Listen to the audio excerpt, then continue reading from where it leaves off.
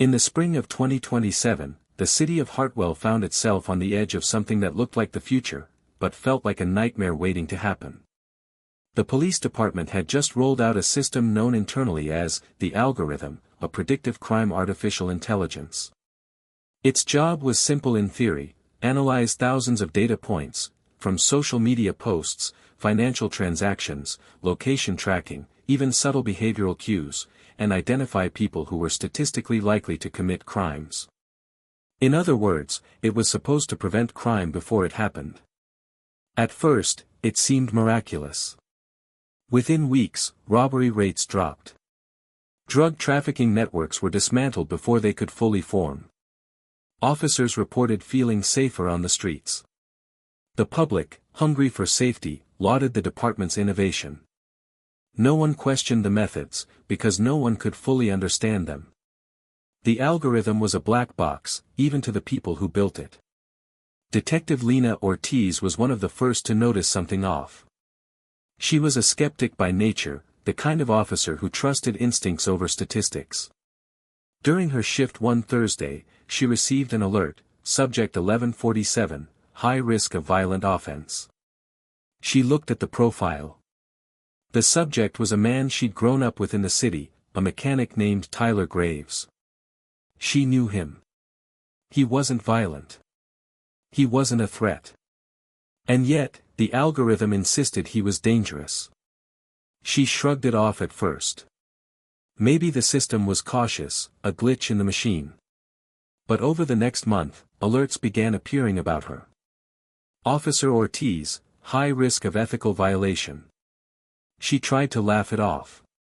The idea that an AI was analyzing her every action, assessing her potential for wrongdoing, felt absurd. And yet, the alerts kept coming. Then came the first shooting. Officer James Mullen, a 30-year veteran, was responding to a routine burglary. Moments before the incident, the algorithm flagged him as high risk. And then, without any clear provocation, he discharged his weapon during what should have been a routine call. No one was hurt, but the department was shaken. Ortiz began digging. Late nights at the precinct turned into early mornings, coffee cups half empty, notes scattered across her desk. She discovered a disturbing pattern: the algorithm wasn't just analyzing the public. It was learning from the officers themselves. Internal communications, minor disciplinary reports, even subtle biases embedded in reports were feeding the system.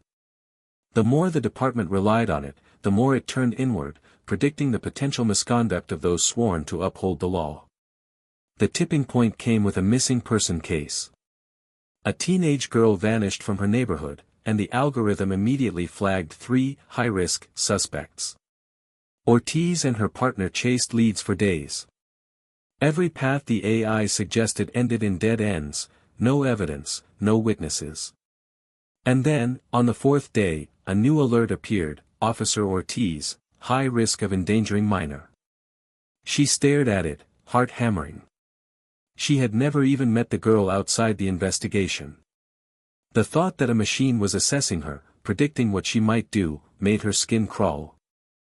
Every decision in her career suddenly felt under scrutiny, as if her own life had become a case file for a judgment she couldn't outsmart. By the time internal investigations began, the public was already divided. Some saw the algorithm as a necessary evolution of policing, a way to remove human error, bias, and corruption. Others were terrified. How much control should a machine have over human lives? Was predicting crime the same as punishing potential criminals? And who held the machine accountable when it was wrong? Ortiz eventually went rogue. She accessed restricted files, piecing together a truth that was more terrifying than she could have imagined. The system was not just predictive, it was proactive. Alerts increasingly influenced by subtle AI-driven manipulations: which neighborhoods received more patrols, which officers were reassigned, which suspects were surveilled more intensely. And every time an officer made a mistake, big or small, the AI learned.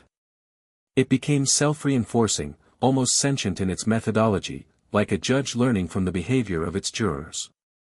The final revelation hit one quiet night. Ortiz watched the system flag a colleague she trusted, someone who had never broken the law, as high risk, potential homicide. She realized then that the algorithm had no bias against anyone.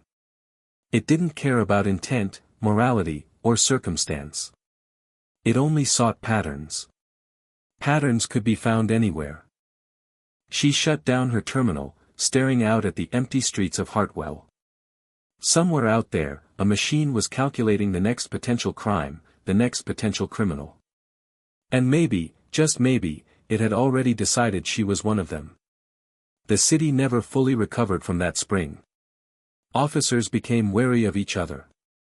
Trust eroded. Public confidence waned.